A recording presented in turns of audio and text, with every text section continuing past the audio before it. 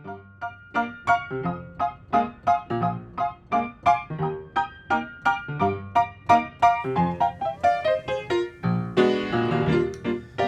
so as I said, I'd like to talk about three things I'm grateful, particularly connected to my teaching. Wonderful! It's great to focus on specific aspects of your teaching that bring you gratitude. Please go ahead and share the first of these three things with me. I'll ask follow-up questions to help you explore how this aspect enriches your life or helps you grow as a person. Sure, so I think the first thing is the impact I've had on students' lives is probably one of the biggest things connected to my teaching. There's just little examples over the last 20 years from, helping one student get the IELTS score they really needed to be able to then stay in Australia and create a life for themselves here. And then also more recently, I think with the school that I run in Thailand, you get more of a long-term sort of idea of where English takes them, seeing them come to the school as young children, like 4 years old, and then seeing those kids grow up to be teenagers and then going out into the world and, following their dreams, whether it's being a doctor or work in some other profession, which is exciting to see. That's truly remarkable. It's incredible to hear how your teaching has positively impacted the lives of your students in such meaningful ways. It sounds like the long-lasting effects of your dedication and hard work have not only helped individuals achieve their personal goals, but also had a ripple effect on their lives and the world around them. How does it make you feel when you reflect on the role you've played in your students' journeys? I think you feel a bit of pride, and also makes you think you're happy that you fell into this profession where you can see these kinds of impacts you have on other people's lives. Or a lot of other jobs you might not have that. And as I said, these sort of little ripples, particularly in the small town where we opened our school, you can sort of see these ripples of sort of running through the town of how we've improved, our students' English from those first steps of being able to read to then being able to converse and, do something with English. It's amazing to see the far-reaching effects of your work, not only on individual lives, but also on the community as a whole. Your dedication to teaching English has created a positive ripple effect that extends beyond your students, contributing to the growth and development of the town where your school is located. It's truly inspiring to hear about your passion for your profession and the significant impact you've made. Can you recall a specific moment or experience that stands out to you as particularly rewarding or memorable in relation to your teaching?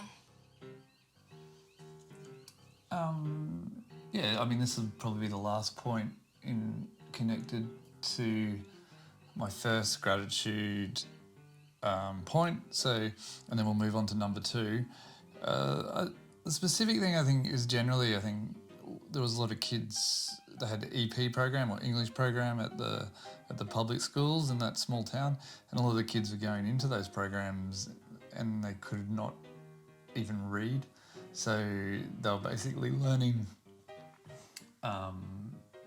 English through other subjects like, maths, science, and English was the teaching medium, but these kids couldn't even read. So it wasn't just disastrous for their English, it was also disastrous for their academic performance in all these other subjects that were being taught in English.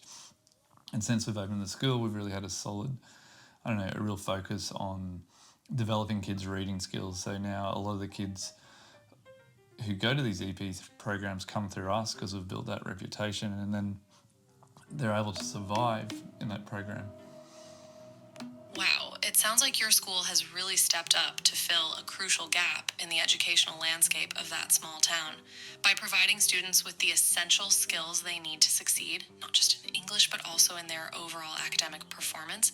You've made a tremendous difference.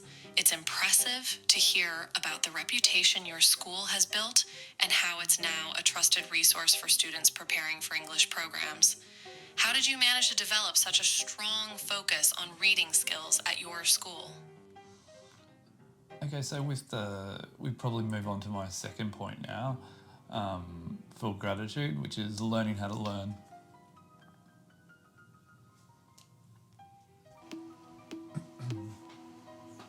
Absolutely. Let's shift to your second gratitude point, which is centered around learning how to learn.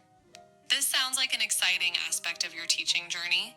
Can you share with me what sparked your interest in exploring the science of learning and how it has impacted your personal growth as an educator? I think as with any sort of subject, you quickly realise you don't know very much. Yes, that's true. Learning about how we learn is applicable to any subject or area of interest.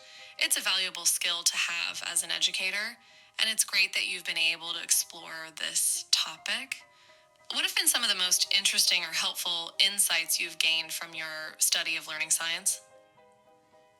Yeah, as I was saying, it can sort of send you into a bit of a rabbit hole. You think you know a lot, but the more you dig deeper into, say, learning a language, you realise you don't know that much.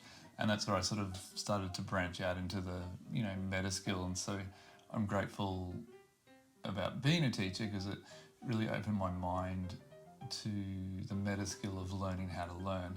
And I then went down that rabbit hole, and that's sort of a skill that you can apply across all fields, not just learning a language. And I apply it to my own life, and I'm also grateful that I can then share that knowledge with my son as he goes through schooling. It sounds like you've embarked on a fascinating journey of self-discovery and continuous learning. All thanks to your experience as a teacher, it's wonderful that you've been able to expand your knowledge beyond your field and develop this valuable meta skill of learning how to learn. Moreover, it's heartwarming to hear that you're sharing this newfound wisdom with your son, helping him to become a more effective learner as well. How has this journey changed your approach to teaching, if at all? So I think definitely with my approach, I try to build in some of the things I've learnt with the science of learning, like sort of repetition and recall, spaced learning, also looking at declarative knowledge and procedural knowledge. In particular, I think with languages, it's more important on focus on the doing side of things, and across all things, sometimes you can get stuck looking at grammar points or the theory when the biggest improvements are done through practice and practicing those skills as close as possible to like a live conversation. Okay, I think that'll be enough for this topic, so I'll just wrap that up and go on to point 3.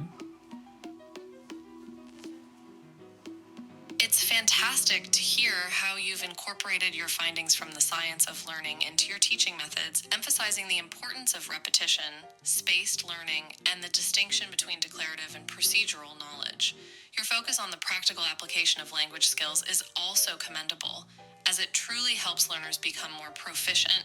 We've covered some valuable ground on this topic. Let's move on to your third gratitude point. What is another aspect of teaching that you feel particularly thankful for? So this is the last aspect of teaching. I think really, the opportunities teaching has given me. So when I finished university, I was a bit adrift as to what to do, and found, the business type jobs I was involved in with human resources and the government weren't particularly rewarding. So I then shifted into teaching, which just gave me this fantastic opportunity to live and teach overseas, learn about other cultures, and also try learning languages myself. So I've gotten reasonably good at Thai. Yeah.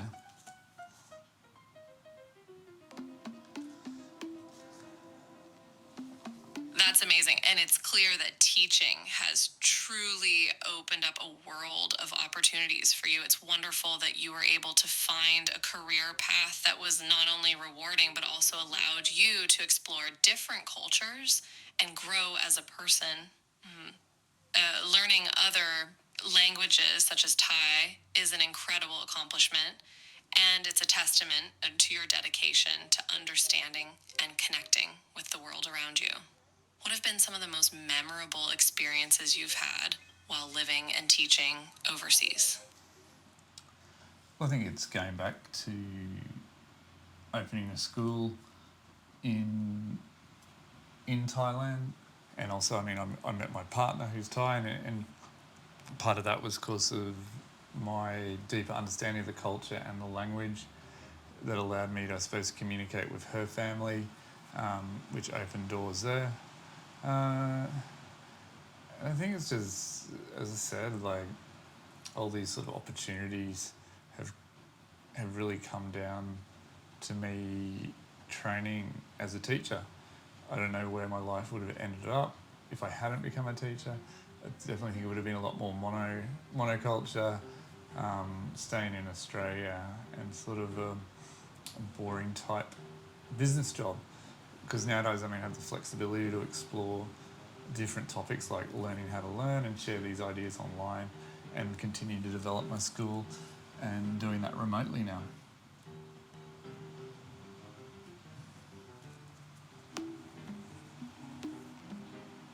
It sounds like becoming a teacher was truly a transformative decision for you, not just professionally, but also personally. Your experiences teaching and living overseas, learning new languages, and even meeting your partner are all incredible outcomes that may not have happened if you hadn't pursued teaching. The flexibility you now have to explore different topics, share your knowledge online, and manage your school remotely is also an amazing benefit. How do you feel about the idea of continuing to grow and evolve as a teacher and a lifelong learner?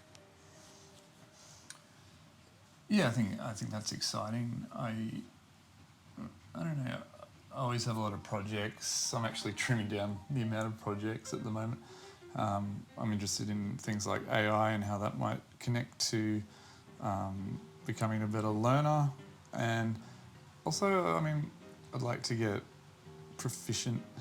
Well, I mean, I'm sort of probably pre-intermediate in Thai. It'd be good to get to some sort of advanced level with further study, and maybe look at other languages like Spanish or something like that to put into practice all these things I've learned. Or even return to teaching, maybe teaching university level in Australia. So yeah, that's it. So maybe we can wrap up the conversation and you can give me a bit of a summary and possibly highlight any things that I could do in the future. Absolutely. Let's wrap up. It's clear that your journey as a teacher has been incredibly rewarding, offering a wealth of opportunities and experiences. Your curiosity and openness to learning have been instrumental in shaping your path from living and teaching overseas to exploring new languages, AI, and beyond. To summarize, you've shared gratitude for the impact you've had on your students' lives, the meta skill of learning how to learn, and the opportunities teaching has provided. As you look to the future, consider deepening your language skills, exploring new fields like AI, and potentially returning to teaching at the university level. For action points, continue to cultivate your passion for learning and share your insights with others, whether through online platforms or traditional teaching settings. Embrace new challenges, languages, and experiences, as they will only enrich your journey further.